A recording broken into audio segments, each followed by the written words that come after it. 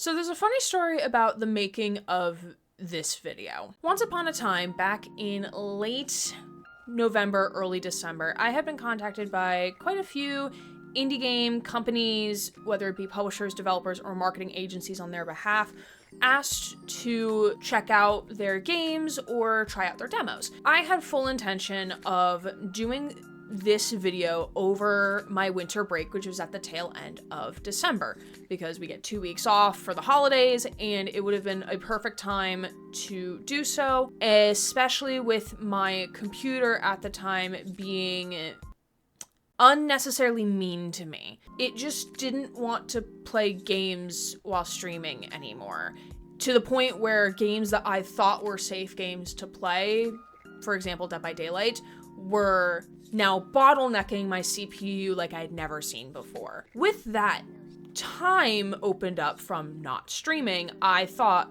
I would have a lot more time to create this video and do a lot of trying out of indie games in my downtime. Well, you see, if you were following along on my socials or in the Discord, I had adopted a cat, and I used past tense for had because the cat did show up in my 2024 top 10 games video, but the cat is now with a coworker because I realized I am not equipped to be a pet owner in any way, shape, or form at this point in my life. The first week of my break was spent having a cat here and being panicked about having a cat here and being unable to do literally anything else beyond just focusing on having a cat here. So by the time the cat was relocated and moved to my coworker's place, I had then gotten sick. Such tragedies has unfolded at the end of that last year. It was like another kick in the balls to realize how much I hated 2024 for a couple of reasons. So I was sick for about a week. I couldn't really do much of anything. Like, I could play games, but my voice was completely shot. I was congested. I sounded gross all the way through this last week. So I didn't really fully feel better until maybe a few days ago. So that is why in the middle of January, I am now recording the first part of the Indie Games Collective that should have been recorded last month. Yay for us. If you're new here, welcome. This is the Indie Games Collective video. I have one other video up on my channel from October 2024. Feel free to go check that out. This series is a way for me to try out upcoming games or games that I've been asked to play, or demos as well, not on stream, because sometimes I feel pressured into saying no to some of these opportunities because I just know with my stream schedule, I'm just not able to stream them. But doing this collective video allows me to try out these games off camera and still showcase a couple of the things that I was seeing in those games without fully committing to having to stream the game. I try not to dive into too much of a spoiler territory if I get really far into the game experience, but we'll cross that bridge when we get there. Again, much like my October video, this video might be a little disjointed in terms of you might see me dressed in this outfit and then a future gray might pop in later to talk about other games that I've played in between recording sessions. But for right now, today I have 3 games on the docket that I want to talk about, and then hopefully future gray will pop in later to talk about the other 2 games that I was asked to play. So with that, let's get started. The first game that I ended up playing during the month of December/January was The Temple of Shadows. This game I ended up streaming for a little bit because I got this as a key on key mailer. I took a shot with it to try playing it on stream, and it was fine on stream. My CPU was still probably screaming at me, but it was still fine and we survived, so yay for us. In essence, the plot of this game is that you are a student of a world-renowned archaeologist, and he has kind of gone missing. He left a note saying where he was going and when roughly he should be returning, but it has been much longer than that. So you as the student get concerned, and you are kind of following his trail to what I would assume being the Temple of Shadows. It is a puzzle game. Now, apparently there is multiple chapters of this game, and what we got to play was kind of the first chapter, and then I think there's a second chapter that's upcoming later down the line. But one of my biggest issues with this game is that there's one puzzle we just could not get past. And because this is a smaller indie game, there really isn't any help or tutorials or guides on how to walk through this. Like my mods at the time looked up anything to help me try to get through that section of the game, and we just couldn't find anything. For me, I just couldn't figure out the puzzle. We think we had it solved, but I didn't like how you had to solve it. There's a section where you have to toss this rock over a gate, and it has to land exactly on this pedestal in order for it to move one of the reflecting mirrors in the room. Now, I think that's how you solve that aspect of the puzzle. I'm not entirely sure, because we couldn't verify anywhere if this is what it was. If that was not how you're supposed to solve it, then I just did not understand how you needed to solve the puzzle. But if that is how you're supposed to solve it, I absolutely do not like it.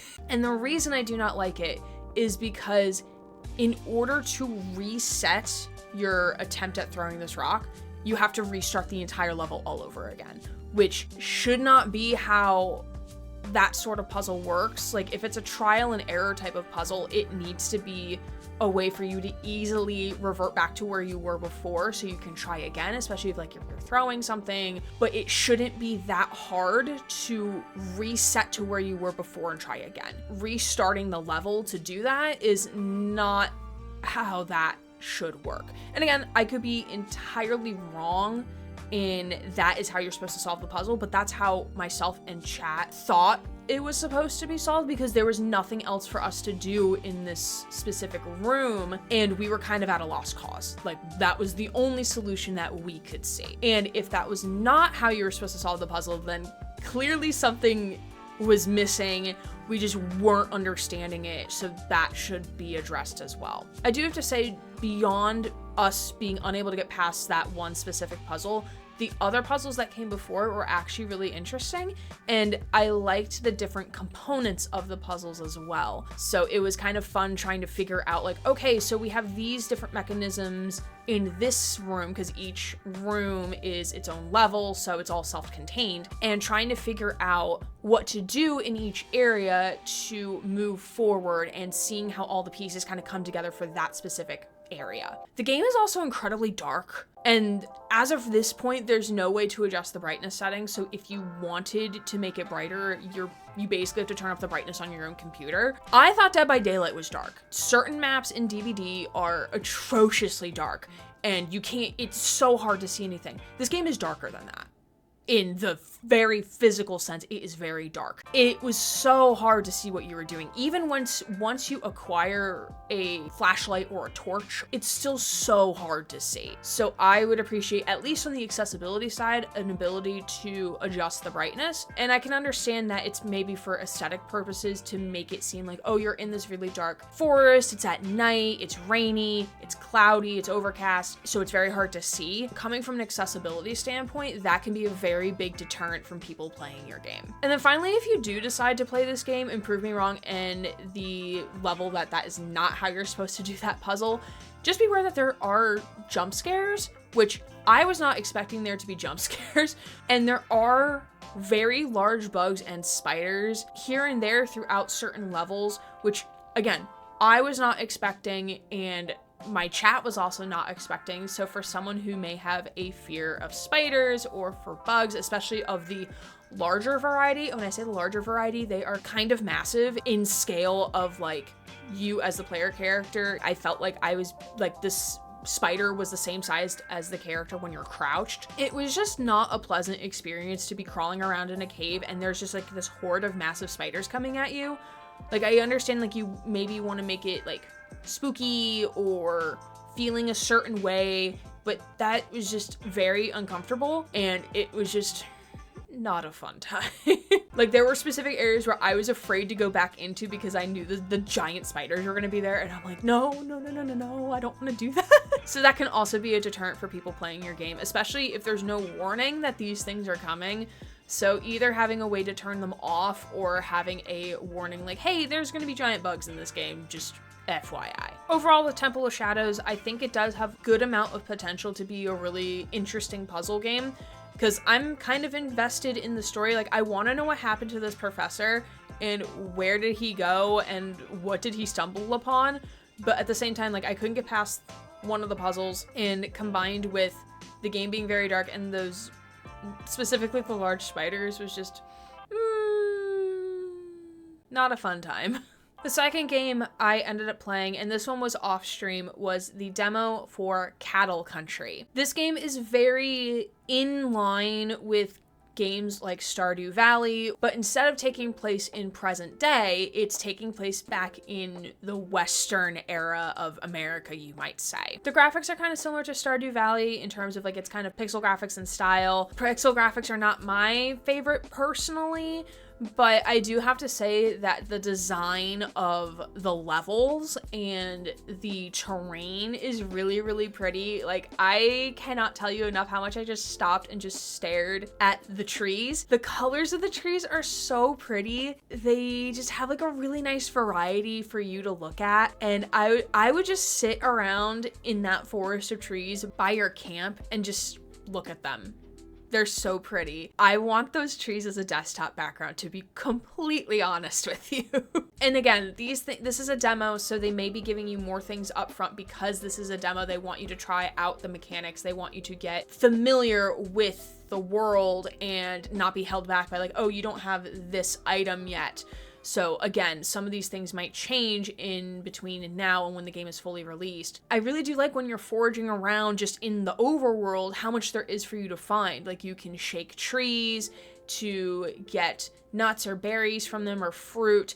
There's rocks on the ground you can crack open and find minerals. There's plants that you can pick up. Like, there's so much you could just do in the overworld. And again, I don't know if that's going to change when the game is fully released, but it really made it fun to just go around and explore the overworld. Also an incentive to go around to like the different areas of town, because I hate any sort of objective that makes you go talk to people because you need to go meet the townsfolk, and this is the only way they can get you to go meet the townsfolk. But going around to the different areas of town because like, oh, I could go shake this tree, there's a rock here I can crack, kind of made it a little less, oh, I need to go do this thing because the game told me to, and like, I'm on my way to go do this thing, but like, let me go stop inside this house and see who's here. Also, the mining is set up differently than like Stardew or Wildflowers. It's almost like in a 2D side scroller style. So you're going down, it's almost like Terraria in a way, where you're going down like, and it's completely like flat 2D-esque, and it's kind of unique. I haven't seen another Stardew-esque style game do something like that, so that's kind of unique and interesting. Right now the demo should still be available, so if you want to go play it for yourself, you're more than welcome to go try it out. It does give you a chance to try out different things,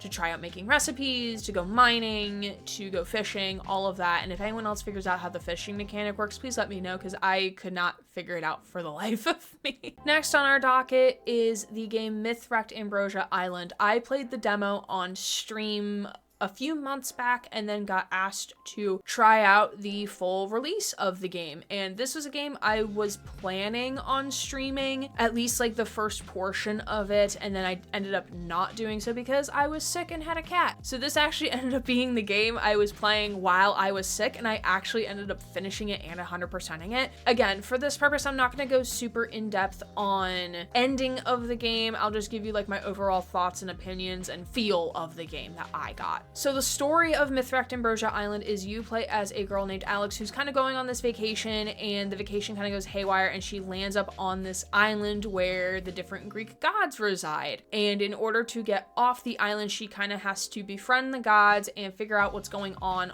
the island and why everyone doesn't have any memory of what happened before Alex kind of arrived. The premise of the story was interesting. However, watching it play out made me question a couple of things in my life. The interpretation of the Greek gods is also unique in comparison to Hades or even Stray Gods, a role-playing musical. And by interpretation, I mean both how they converse, but also their style of how they look as well. I'm no Greek mythology expert, so I'm not entirely sure if the interpretation is accurate or if they took some creative liberties with it. But the actual mechanics of the game, I was kind of expecting it to be more puzzle based, which it actually turns out to be more of a fetch quest game where you need to go and find the thing and then return the thing to the specific god, which you kind of need to figure out. I just like do trial and error with it, honestly. It was not what I was expecting in terms of the actual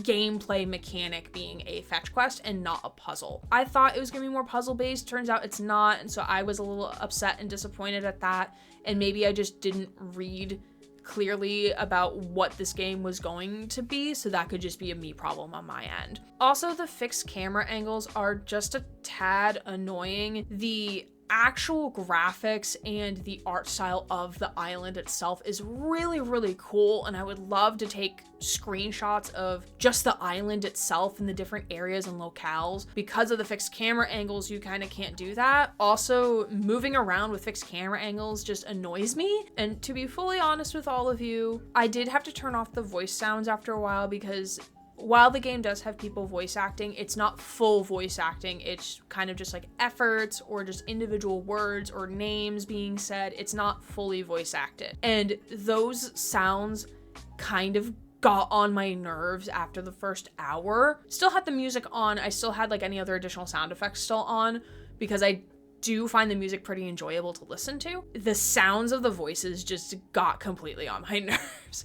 And normally with like efforts and stuff like that, like I'm usually okay with it. Like the stuff from Animal Crossing like totally doesn't bother me. But for this game specifically, I don't know what it was about the efforts the voice actors were doing or in character at least. It just got on my nerves. It just annoyed the crap out of me. It just didn't sound right. But for Mythwrecked Ambrosia Island, if a fetch quest game about the Greek gods and the story is interesting to you, I highly recommend it. It was still interesting to see how the story would unfold. The last character you meet is my favorite character, and I'm not going to spoil who the last character is that you meet, but they are my favorite.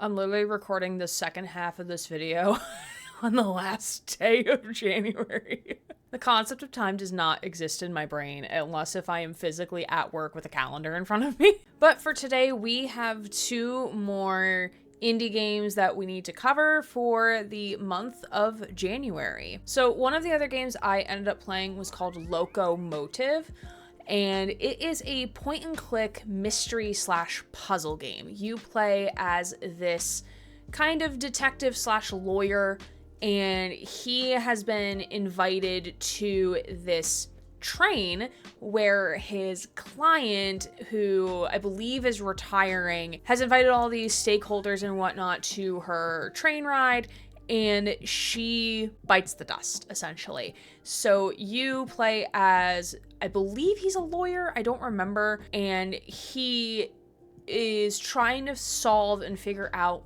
who done it. I played this like a couple weeks ago, so again, that's why my memory is just a little fuzzy on those exact details, but I really did enjoy what I played of it so far. The voice acting's pretty great. The humor can be hit or miss sometimes, but again, it might just depend on your style of humor and what you find funny. The visuals are also really nice to look at, and I'm really excited to dive back into it in my own time and continue exploring the game and what essentially happened. I'm still fairly early on to it. And finally, the last game on the list for the month of January is Lost But Found. This is an indie game that came out, I think, last year in the year of our Lord 2024. It's a object game. You play as basically a TSA agent, but not TSA, working at an airport, and your job is to return items that were lost to the people who lost them, essentially. And there's all these different factions. Like, you have a security guard who pops up who's looking for important documents. You have a homeless guy who you can give items to. There's a black market you can sell things on. It's really interesting. I started playing the game on normal difficulty, but it got overwhelming pretty fast, for me at least. And this was just my first time playing it. So if I were to go back now after playing it for an hour or so and try again, I would probably have a better time with it. And there's 4 different intensities of the game, or difficulty, you can say, for how you want to play. So I start off on normal, and I started then a new game on the chill difficulty, where instead of being timed in how long you take to find an item and give it to that person, it's the same thing, just without the timer. There might be some other differences of there's no phone calls you have to give. There might not be any people trying to rob you, because yes, that also does happen. But it makes it more chill. It's just a fun, like, figuring out whose item belongs to who type of situation. But it's still a lot of fun. I really enjoyed it. The music is not my cup of tea personally. I turned that off because I was listening to a video instead.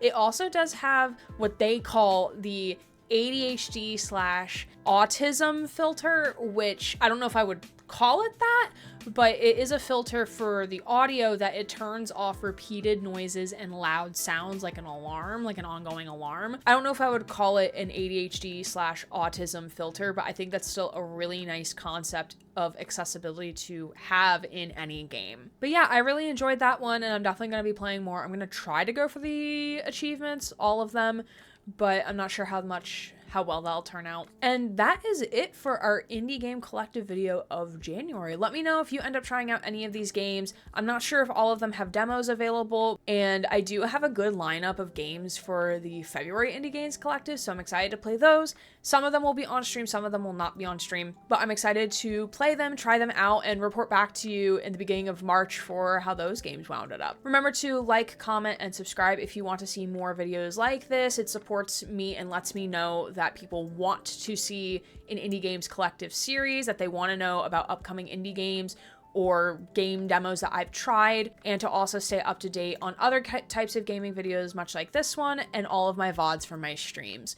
And with that, I will see you all in a future video or future stream. My name's Erin Gray, Queer Variety Twitch streamer, signing off.